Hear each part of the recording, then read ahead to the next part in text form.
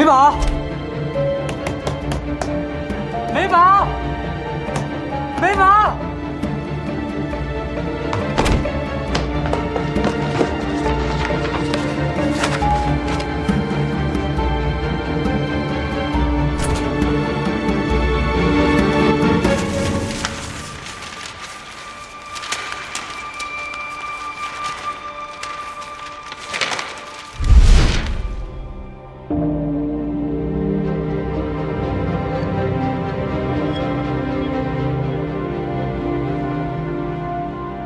祥云国本是仙界之中的一颗明珠，地处昆云山巅。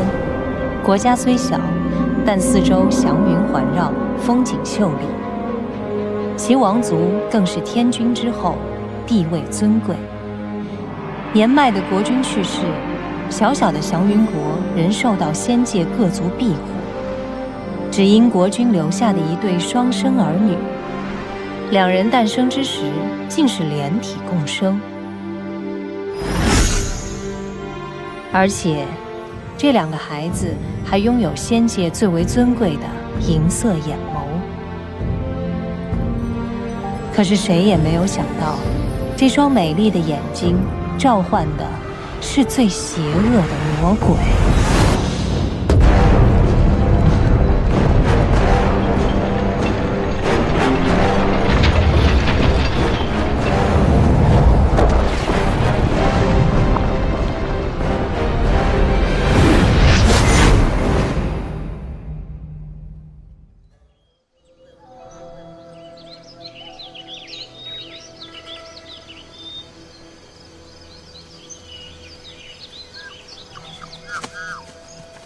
祥云国最尊贵的美玉公主和俊成皇子，在美丽的昆云山巅一天天长大。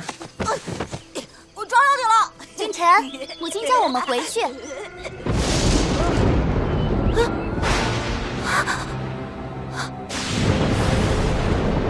被关在黑暗之渊500年之久的魔焰，终于破除了封印。他重掌魔界，各路妖魔祸乱八荒。失去庇护的祥云国，注定无法逃过这场浩劫。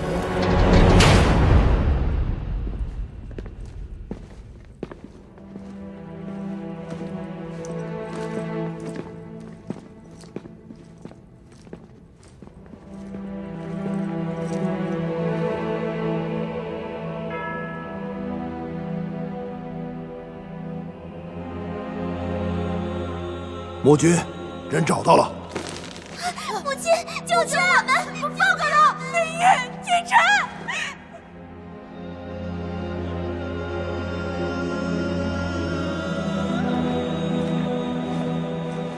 让我来看看。真是双漂亮的眼睛。你就是美玉公主？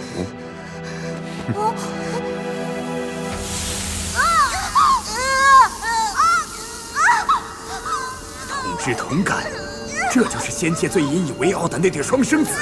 母亲，你说过你爱的人是我，求求你放过他们，他们还只是个孩子。我爱你呀，可你身体里流着低等的血液，你们仙界不是一直唾弃我吗？我会等他长大，当我的王后。我要让你们最引以为傲的血统与我相融，让他给魔界诞下最尊贵的继承人。休想！你这个肮脏的魔鬼！尊贵的公主当然要完美无瑕地嫁给我，你不听话也没有关系。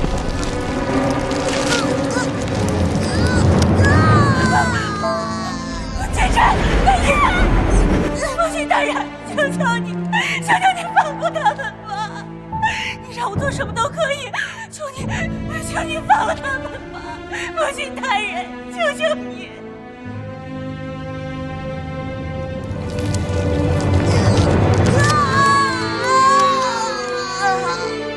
母亲大人，住手！我听你的，我做你的王后，放了君臣。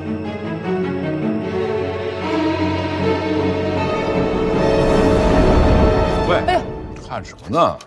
干什么呀，师傅？吓死我了！叫你也不答应，走火入魔了吧？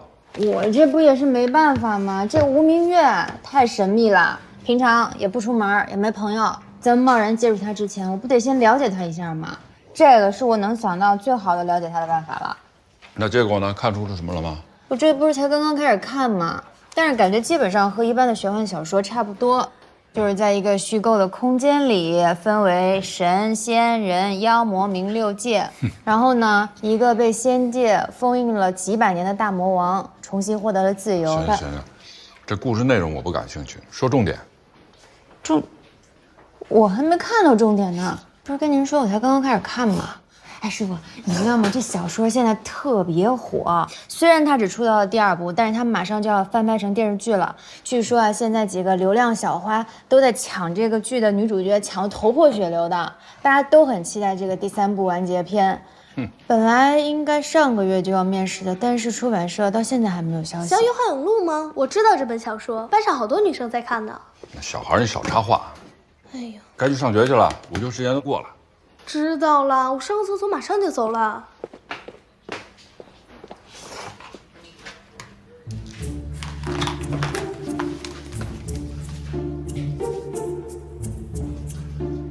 师傅，你干什么呢？你尊重一下别人的隐私好不好呀？小孩子有什么隐私可尊重的？再说了，你没听隔壁组的调查那个案子吗？现在变态可多了，专调未成年少女，我这也是为了她好。哎呀，你看看，他关注的都是什么样的人呢？你看看这个，这一看就是那夜店的小混混吧？哎呦，师傅，人家这是最近很红的一个网红，好吗？啊，都说的是什么呀？你看是不是早恋了？看人那种挺正常的呀。这还正常啊？这还不正常啊？我看，哎，你干什么？你烦死了，小偷！怎么还不上课去啊？快点，别迟到了。哎，姐姐，我们加个微信吧。如果钟建国欺负你，你就告诉我，我来教训他。好，我没欺负他。好，那我走了，拜拜。拜拜。哎，水。路上注意安全。哎，被他打岔了。刚才咱们说到哪儿了？哦，说到这无名月这个第3本小说还没写出来，我在想周美宝的死会不会对他造成了什么影响？有这个可能。而且按照林大森所说的，他和周美宝他们俩互相有对方家里的钥匙，这个关系肯定不一般吧？与其这么猜来猜去的，不如我们直接去找他，见他一面。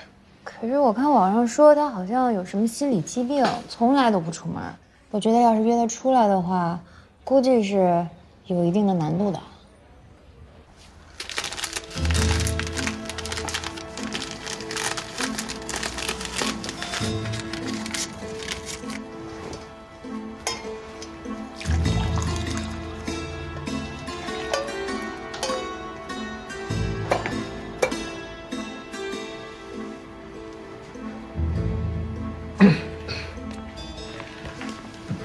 谢谢。谢谢。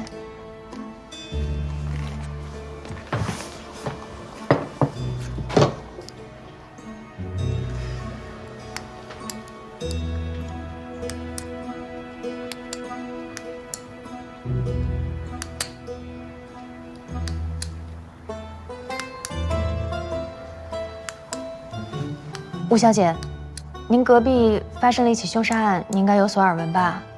我们今天过来呢，是想跟您了解一下死者钟美宝的一些情况。根据我们的调查呢，你们好像很熟，熟到你们有对方家里的钥匙，是这样吧？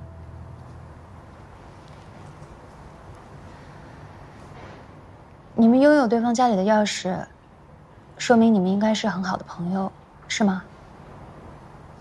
那只是你们的猜测。那你和周美宝是怎么认识的呢？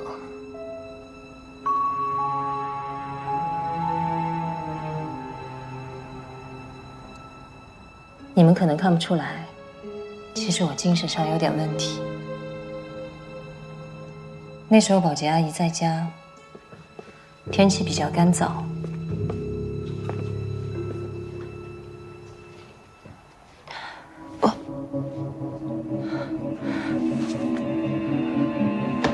血了。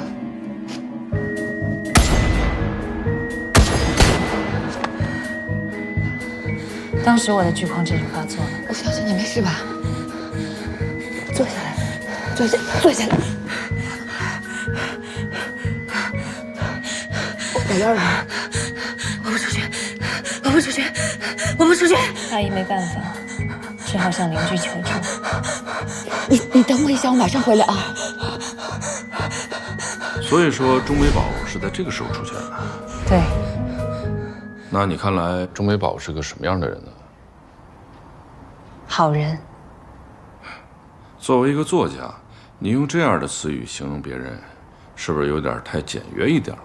可不可以用你丰富的词汇量，再给我们形容形容？作家的方式吗？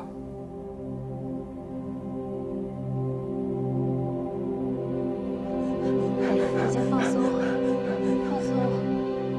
我以前的小说中也会有这样的描写。象牙般无瑕的肌肤，樱花般娇嫩的双唇，纤长浓密的睫毛下，是一双温柔干净的眼睛。我一直以为这样的人物只存活于小说之中。美宝就是这样美好的一个人。这样符合作家的水平吗？他似乎对这种状况很有经验。美宝跟我说过，她有家人出现过类似跟我一样的状况，所以阿姨当时才会想到找她来帮忙。他跟你的阿姨也很熟吗？我们请的是一个阿姨。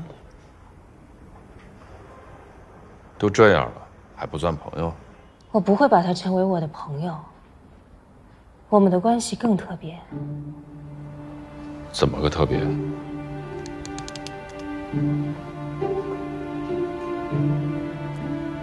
说不上来。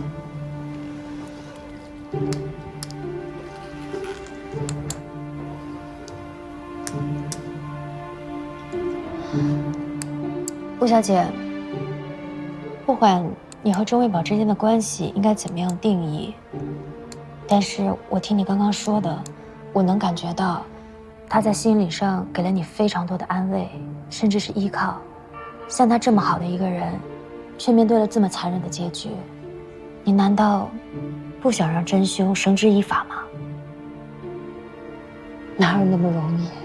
所以你肯定知道点什么，还是说这就是你希望的结果？怎么可能？那你为什么要隐瞒？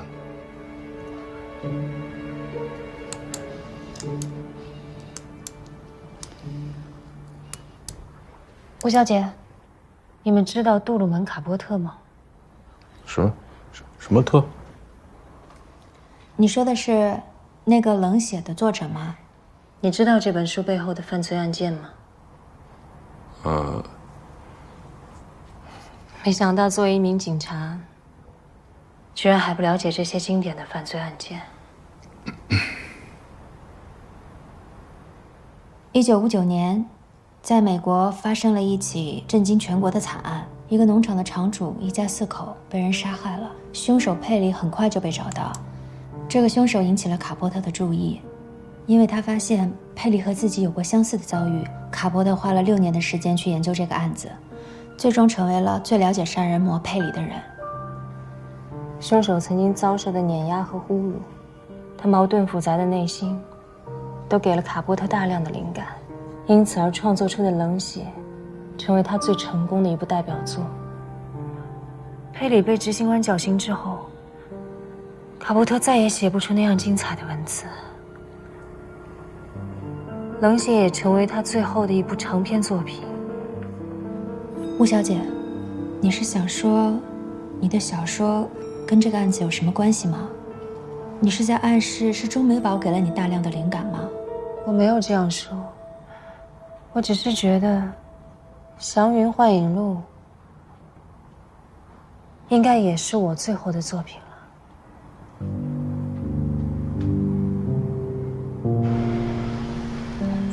巨矿症患者在处于陌生环境时，就会想象各种未知的危险，并且产生焦虑和恐慌。简单说就是不敢出门。可是根据这个吴明月的资料显示，他的状况要比这个复杂多了。你说这栋楼是不是风水有问题啊？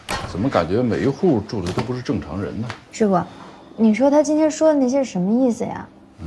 感觉他说了非常的多，但是对我们有用的信息呢又寥寥无几。你说他这小说会不会是跟我们的案子有关系啊？之前接谢宝楼的时候，不是已经提醒过你们，有些人不但会说谎，而且还会将自己谎言信以为真。像吴明月情况这么特殊，又是作家，那哪些话是真的，哪些话是想象出来的，不能一下子做定论的。其他的不敢确定吧，反正我现在对这个保洁阿姨是越来越感兴趣了。但申请现在暂时没有批下来，我们要想审他的话，还得想想别的办法。喂，等会儿打给你，记得不会迟到的。挂了啊。行了，差不多下班吧。好。哎，抓紧时间把这2本小说看完，明天给我写份报告。今天晚上就得全部看完呀！啊，那不是你说的吗？这是了解吴明月的唯一的办法。我现在很认同这个观点啊。反正我是看不了这种小说，给我2个月也看不完。毕竟，我是没看过那个什么什么特的人。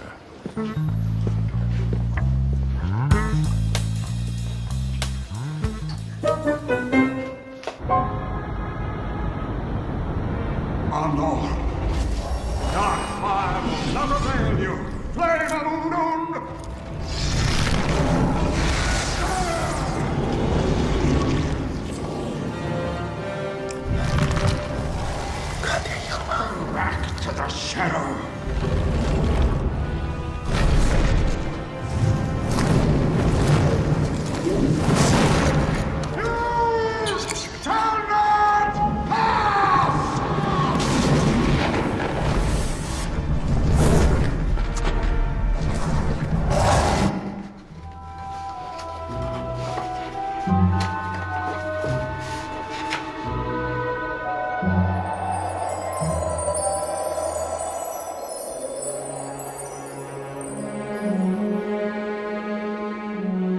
得到美誉的魔君威望大增，越来越多的邪恶势力臣服于他。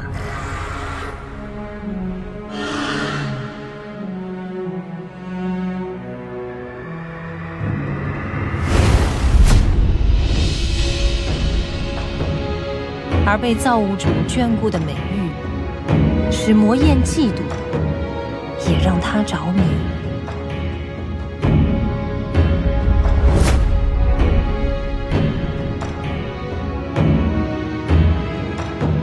被迫分离的美玉和俊臣，通过只有他们知道的方式陪伴彼此。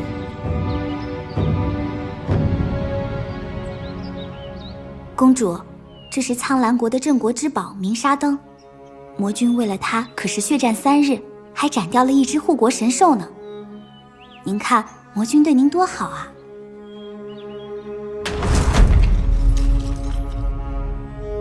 无论魔焰怎么做，都无法看到美玉的笑颜。他终于失去了耐心。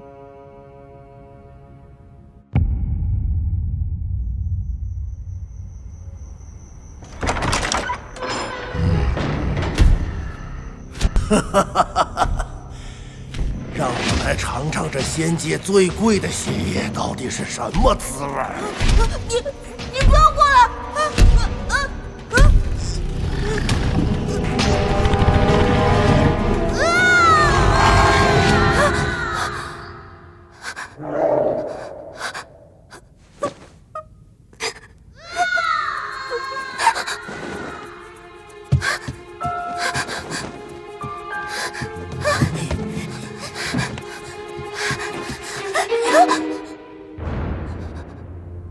你要去哪儿啊？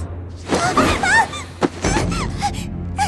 放开我！你对我弟弟做了什么？你不是讨厌见我的那些客人吗？那就让他去见好了。你这个肮脏的魔鬼！快放开我！啊！看来是我对你太好了。那天之后，美玉便再也没有见过魔焰。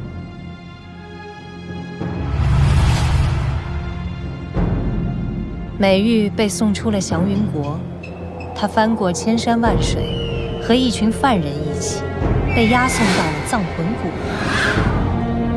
处在天地尽头的藏魂谷，曾是仙界用来惩罚关押邪恶之徒的地方。如今魔焰却将所有不服从自己的人都送到了这里。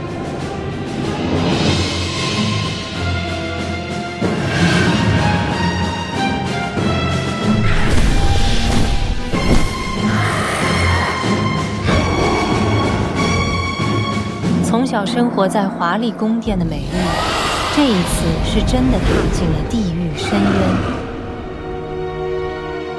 被关押在藏魂谷中的犯人，没日没夜的劳作，帮魔焰的军队打造兵器。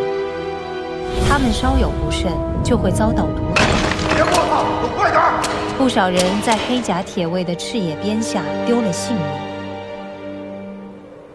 美玉感到绝望，背上沉重的原石压得她喘不过气来，身体已经熬到了极限，她再也坚持不住了。没用的东西！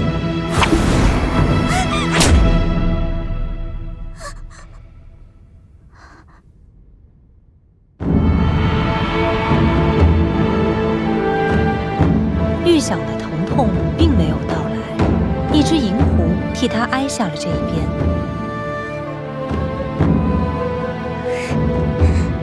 谢谢你。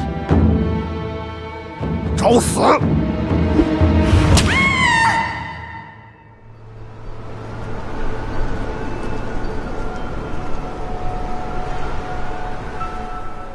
美玉担心受伤的银狐，一路跟着他来到了一个断崖下。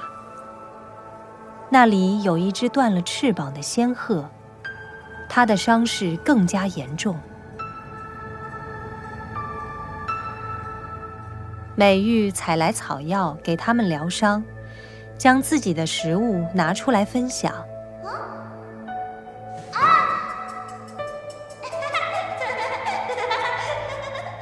在她的精心照料下，两只神兽日渐恢复。而美玉在银狐和仙鹤的陪伴与保护下，在这里度过了漫长的岁月。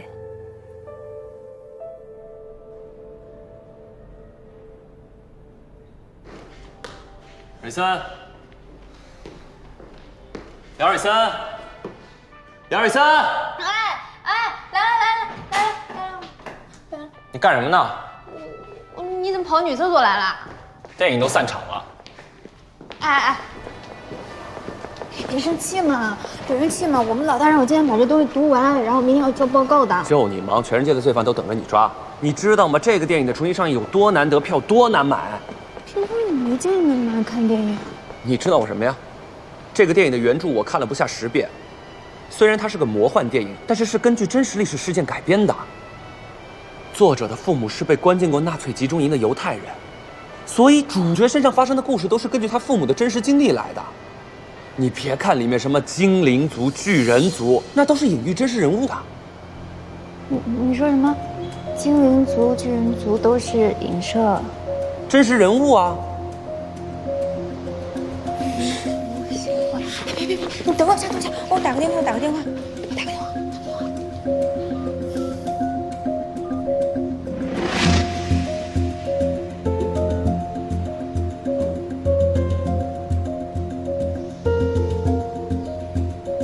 喂，师傅，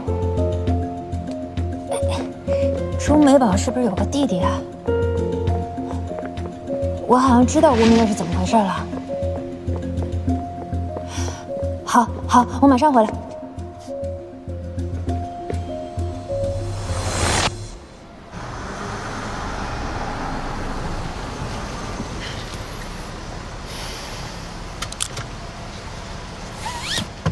自己回家注意安全。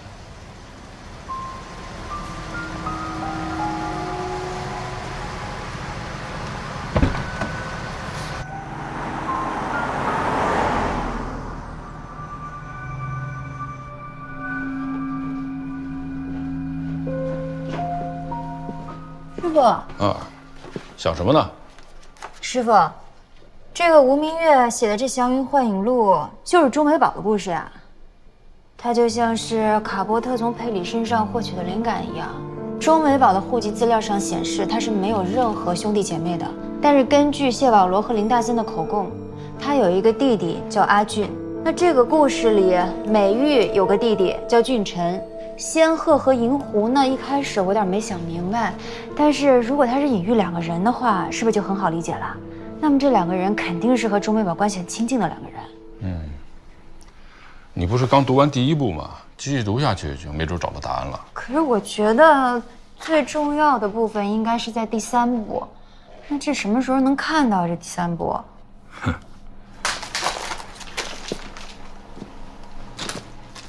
啊，这个什么东西啊？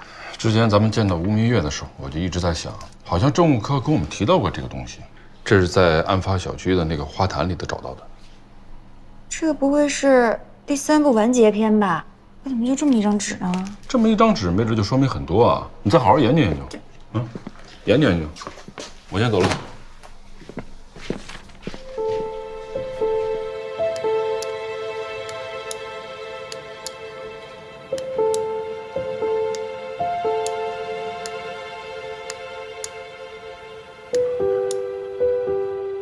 我之前认识一个心理医生，他跟我说啊，这个可以缓解焦虑，试试。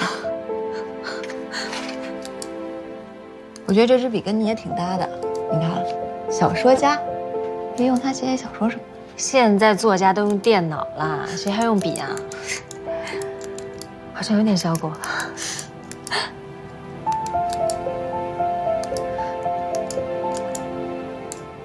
李云，你能不能跟我说说你是怎么变成这样的？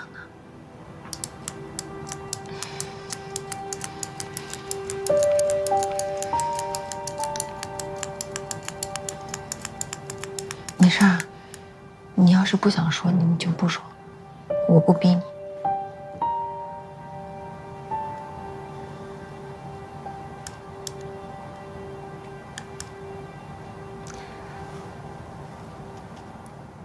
我本来是一个对新鲜事物特别有好奇心的人，我喜欢到处跑，到处旅行，因为我觉得遇到不同的人，遇到不同的事情，都能给我带来不同的灵感。但我的未婚夫跟我截然相反，他就是喜欢待在家里，打打电脑，玩玩游戏，总之就是不愿意出门。哎，你回来了？我都回来好久了。你在干嘛呢？他总是有很多奇怪的顾虑，坐飞机担心飞机会掉下来，走在路上碰上下雨天打雷，又害怕自己被雷劈死。这种概率性的事情，我以前都是一笑而过，因为我内心觉得他就是个胆小鬼。那次旅行是我强迫他去的。你的防晒霜、护肤品、维他命我都给你收好了。哎，那你的呢？我就仔细想了一下，要不我还是不去了吧。为什么？你答应过我的，1年要陪我出去旅行1次。坐飞机真的很危险啊，你也别去了吧。飞机是最安全的交通工具。你就是说话不算话。直到那次我才知道，当时的他为了我有多勇敢。好，我去。那你也要说话算话，今年就这么一次。好，明年的事明年再说。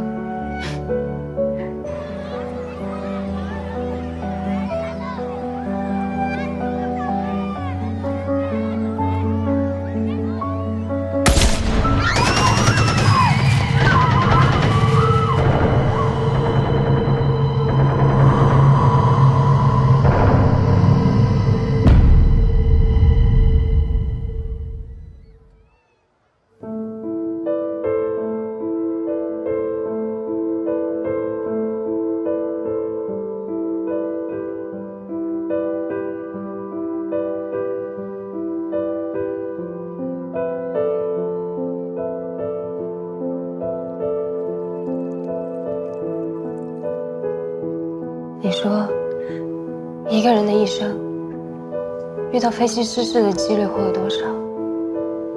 走在路上被雷劈死的几率会有多少？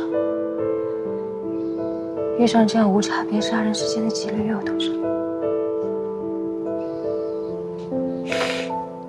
后来我变得跟我未婚夫一样，我害怕出门，我害怕看到人群，因为我的脑子里总能不断浮现可怕的画面。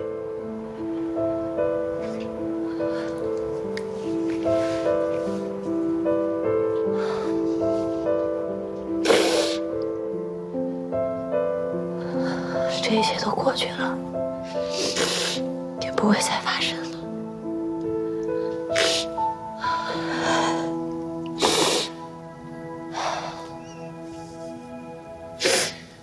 可我觉得你总待在家里也不是办法，一直逃避也解决不了问题。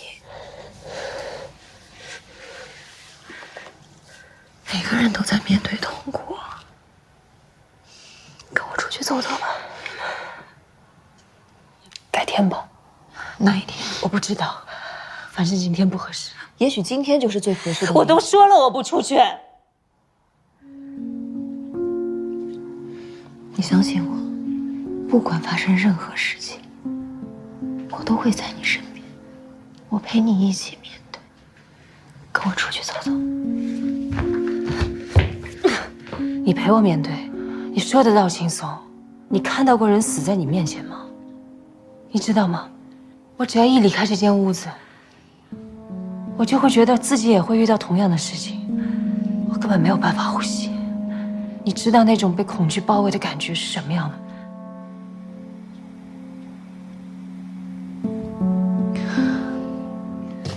那你要不要听听我的故事？或许我也在经历一些你无法想象的事，我也在努力克服。